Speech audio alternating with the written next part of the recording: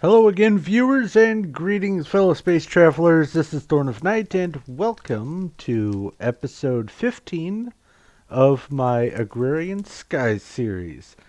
And today, I am going to try to hammer out one of the projects that I wanted to get to a few episodes ago, the auto harvesting there. Get that off of my to-do list.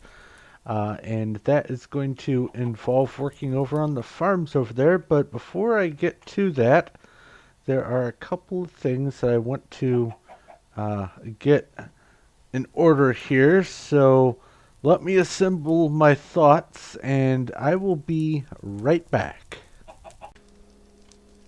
Alright, for the next project that I wanted to work on, I'm going to go ahead and make a sprinkler, and in order to do that you're going to need redstone torch and some iron bars. And then you take iron like this, well, not like that. Some iron bars there, redstone torch in the middle, and presto, you get a sprinkler.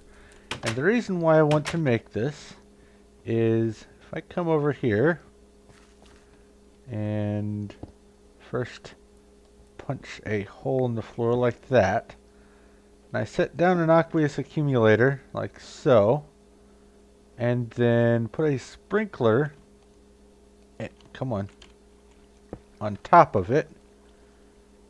It should, oh, okay, good. So it is. It's gradually getting some water. All right.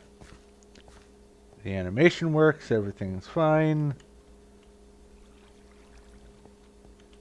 And it should reach all the way over. Excellent. That will keep all this tilled dirt from drying out and no longer being farmland. Then, if I can figure out where the hole is, over here. Directly under this, I'm going to place a planter. So in order to get up there, I'm going to need first to get the planter, because I totally remembered to grab it, don't you know?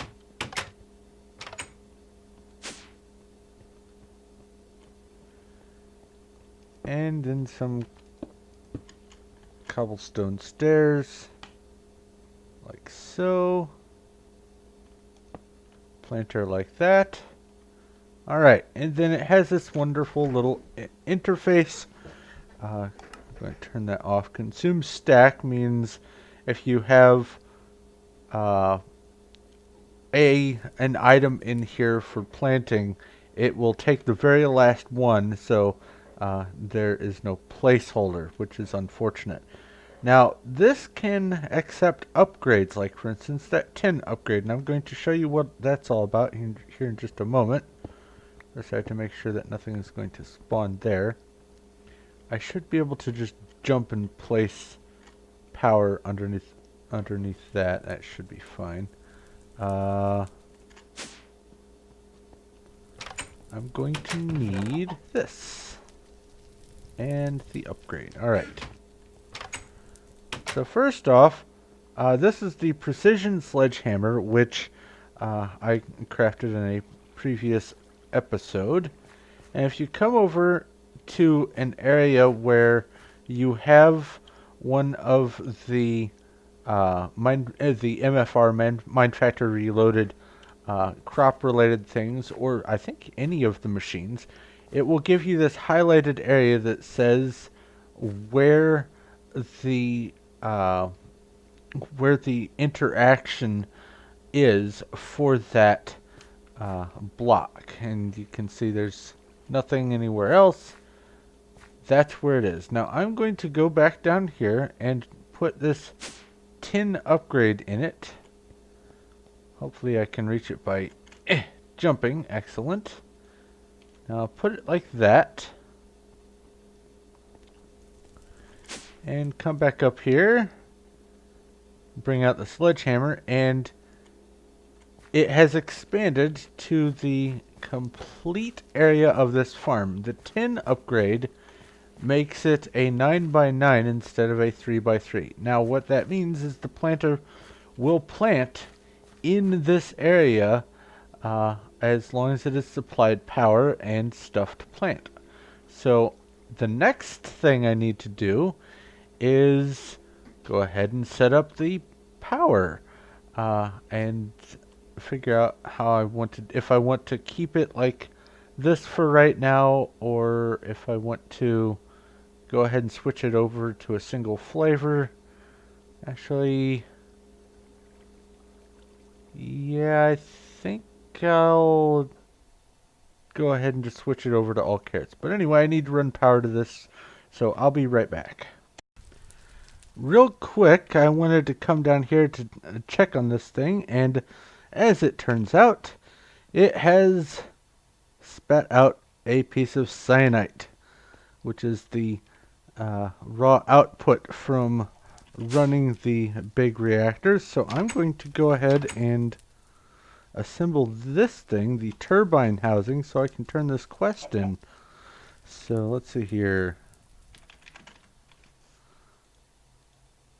I need 2 nether quartz, which I have up here.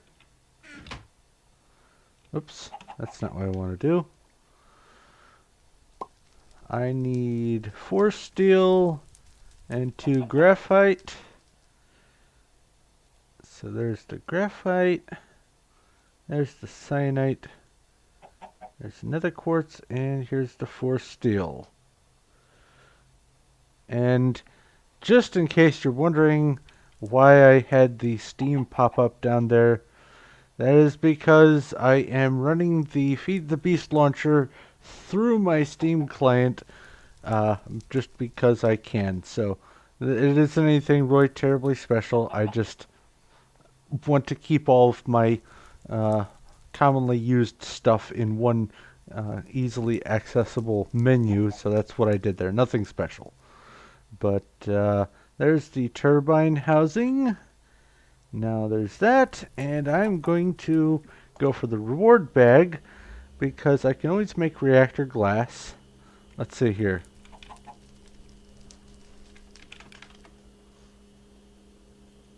Recipe for that is just reactor casing and some hardened glass, and now I can do that no problem. And then there's the turbine glass, which is turbine housing and hardened glass. So really nothing special there. So I'm going to go for the reward bag. Claim the reward. Ooh, I have enough of these to make a new heart. So let's go ahead and do that. And I have 2 reward bags, and they are both greater. Excellent. Blackberry juice and cherry jelly. Okay, I don't see how that's greater. And then, ooh, a whole bunch of saplings. Let's see if any of them are new.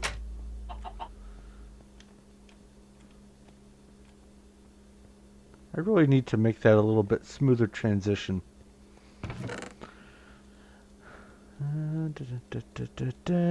Okay, nothing new. Oh well, no big deal. But now I've got some spare food that I can... Actually, I don't know. I might need this for some sort of recipe, so I'll just toss these in here. But now, let's see here. I need to make the harvester. Well, that's too many things. There we go. What's this? Invar axe.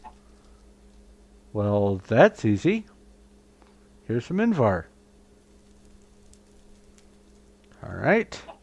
It said 2 of those.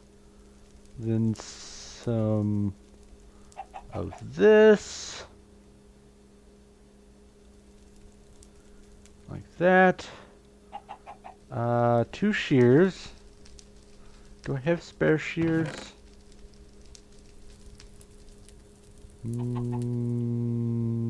No.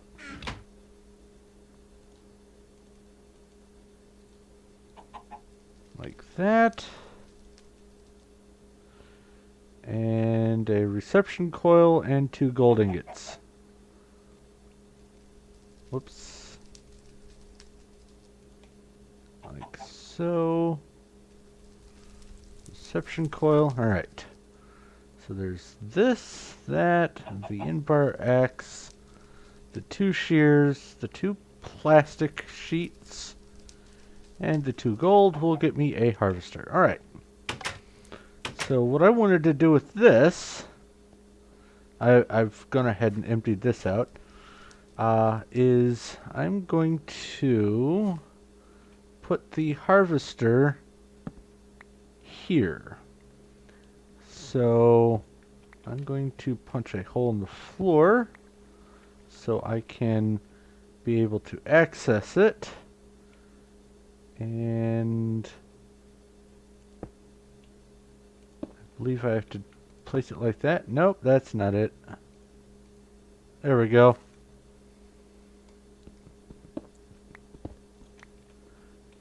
And I will be running power up to the... I guess it has to output to the back. So I guess I'll be running the power up this way. Come back. There. And then the power can come in through here. That works. It'll look a little messy, but it's fine. So now, I wonder if I can pop a torch on there. Excellent. Any yellow X's? No yellow X's. Perfect. So, what I'm going to do is run power over to that thing and up to the side of this thing and get all that to work. But first I want to check something out. I want to see if the tin upgrade will work the same area as it does on the planter. So first off, let's get this out. You can see this area here, and you can see that that covers this tiny little area there, the 3x3 in front of it. Whoops. So, oh, I turned it. That's what happened. If I put this in here, it encompasses everything. Alright, so 10 gear, or not gears. Oh, I did it again.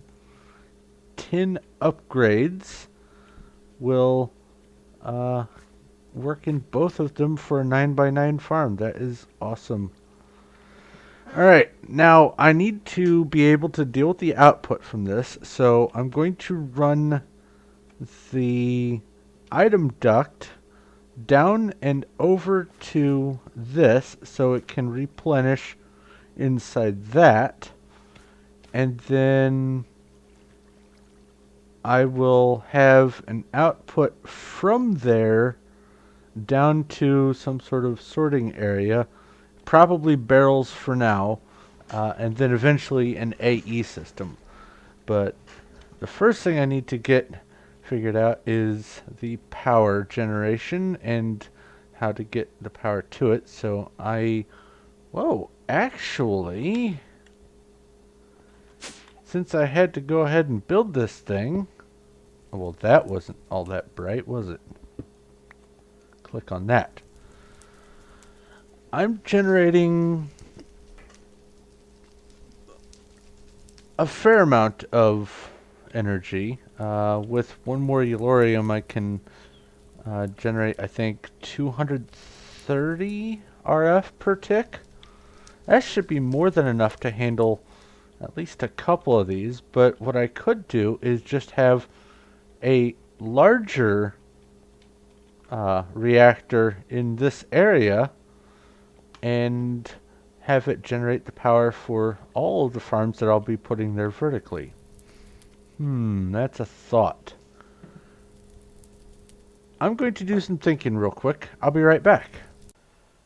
Alrighty, I just tested something on another map. A theory I had. Basically, the purpose behind the sprinkler is to keep the farmland moist and to encourage the plants to grow. Now, the way it encourages them to grow is if you put bone meal in here. Except, I just let two identical farms run for 3 hours. So it's been a little bit of time between the last clip and this one. Uh, I started them at the exact same moment, let them run for the exact same amount of time. They had the exact same crops, all carrots. They were in the same biome. And they had the same visibility of the sky, everything identical. And the one with the sprinkler only ended up with 5 more carrots than the one without the sprinkler after 3 hours. So, I'm not really sure it's worth it having the sprinkler. Uh, Maybe if I put fertilizer in there, or I don't know. But as it currently stands, all this does is just keep the ground moist. Well, a source block of water can do that too. So I may not go sprinkler heavy on my farm. Uh, it just doesn't seem to be worth it. I'll keep that there just as a reminder, but anyway, um, what I have decided to do, where am I? Over here, is I am going to have the uh, the big reactor power source here, and I'm going to have some, where'd they go? Some energy cells as buffers for sending the energy up, and this can go right there, and I'll set it to output from the top. Basically, it's just going to store energy until it's needed. That way, the usage doesn't happen all at once for when it's planting and harvesting, and doesn't have to worry about this not having enough of a buffer in it. This can fill a whole bunch of those, and I can just make a whole bunch of those. Those are relatively cheap. And then underneath, oh, I guess I should probably, do I want this to stay as slabs? I think I should probably break those. But ultimately, I'm going to have the power run alongside the items, and then the actual output is going to run underneath. So here, like so. That way, the output from that circle, that black spot that you see there, will run straight down, come over here first, and then I will have what's the term for it? Dense item duct leading from here over to a chest somewhere, probably, I don't know. I'll figure it out, but eventually it's going to get switched over to an AE system. I'm just not ready to set that up just yet. It'll probably end up going over there, the whole AE system. But ultimately, it's going to be just a bunch of little pipes and tubes running underneath the farm, rather than across the top. And then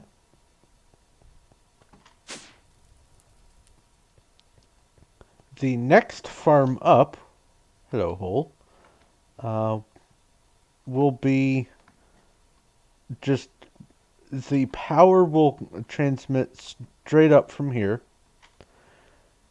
And then the next farm up, which will probably be, I don't know, 5 spaces up, maybe 4, uh, that will house the underneath part, the pipe and tube network for the next farm, and so on and so forth. So when standing here, you'll be able to see 2 farms and then the underside of the 2 farms above it.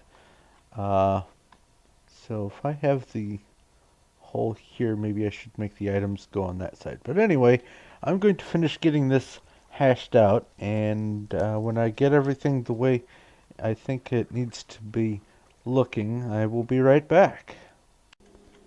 Alright, so here's what I've got set up. First off, I've got the power intake just dangling down here so that I can hook it up to whatever it is I decide to generate power directly from here, and it'll feed up into the energy cell. I don't really need a huge energy cell, just enough of one to have a little backup energy so it can run off of the cell rather than off of the power source.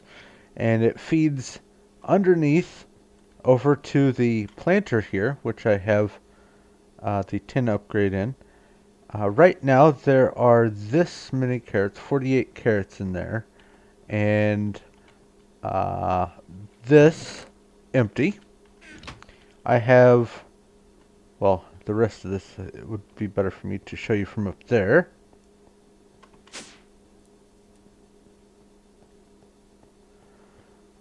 Obviously nothing's matured yet. I have the power also coming up to the harvester, and it's full of energy as well. Then the output of the harvester I have going into just this chest here. That way I can have a sort of buffer so I can also see if there's some sort of backlog or if there's any output I'm not expecting or something, I can leave it like that. And then I just have a regular item duct with a lever, no need for a pneumatic servo upgrade. Then I have this leading down. First it encounters this intersection, which will take the output over to the planter.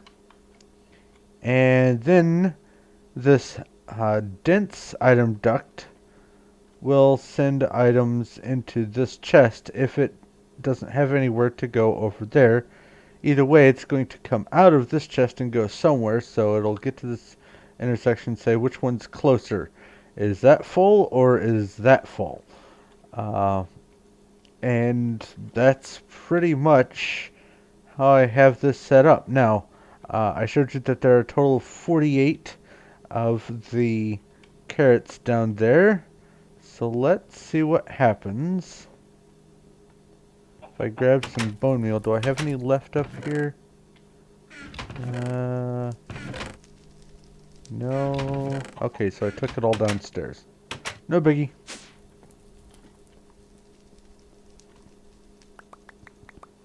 That should be enough. Now I'll come over here.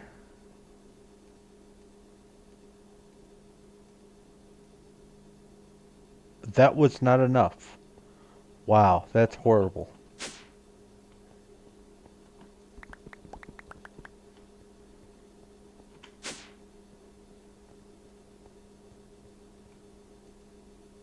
There we go. Now, the harvester just did its job, dumped the items in the chest, and then the planter will come through and replant on its own time. There we go. And now let's see how many items there are in the planter.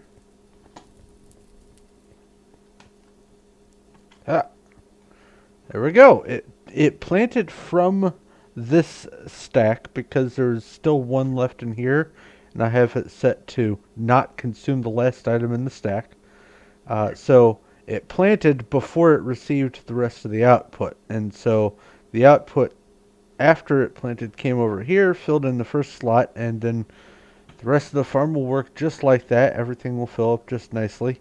And then once this gets full of carrots or seeds, whatever the case may be in the crop, then the secondary output will start filling up. And that's the way it's going to work for all of them. Now, I haven't yet decided if I want to have a 9x9 farm for every single type of seed. That would be interesting, but there are some of the seeds that, for instance, I may not even really need to have a lot of. Speaking of seeds and food, let's not starve to death on camera. For instance, parsnip. I have a feeling that there's not going to be a huge need for parsnips. Or, I don't know, mustard. But obviously there are, like the soybeans and the lettuce and tomatoes and the wheat, because it looks like there's something for toast. So there are some that I'm going to need a large farm for, but the rest I'm probably going to use the other option of the, where am I going? Over here. Of the planter, which I wanted to just talk about, not demonstrate right now. These spots here, if you look at a planter from the top, it has some color coding, and the direction that the red is facing on the top represents what 3x3 area in this case, because I have it set to 3x3.